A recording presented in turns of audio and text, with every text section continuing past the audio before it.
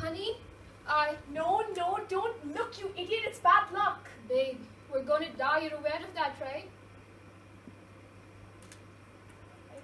I wanted everything to be perfect, you know? The lights, the decor, the guest list, the flowers.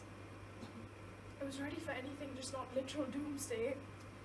There's no one who I'd rather die with.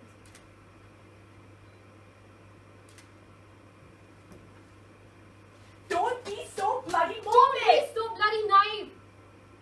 I'm sorry, I didn't mean it. I know what you meant. Are we really reading minds now? I'm getting married to you. Well, I was. You said you weren't ready. You said you needed time. The one thing that we don't have anymore. You had to convince yourself to love me, to marry me. Why? I needed time. Let me tell you why. Because I was in love and you just tolerated me. Do you really want to fight in the last couple of minutes? Go ahead, make me look like the bad guy. God, I am sick of fighting and apologizing for when I needed time. You think I don't understand? Of course I do. But remember when I told you I loved you for the first time and you looked at me like it was the worst possible thing I could have ever said? I looked inwards for what was wrong with me. What could I do to make you love me? It took me a year. It took me a year to realize that it had nothing to do with me. I was going to say this when we said our vows, but metaphors for love are scary. They say fallen as if the floor has been stripped from underneath you.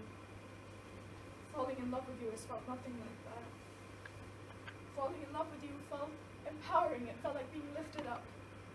It felt like having the best kind of company when I told myself that I didn't want it. And I asked myself over and over again, is this love? And I knew in that moment it wasn't, because love is no question, you just know. And I do know now. You always say I talk too much and then see how quickly I frown and say that you love that about me. But for once I'll keep it short. You're my person, and I want to be yours. And together I just want to be people that do right by each other. And now we don't even get the chance to. I think you should hear what I have to say.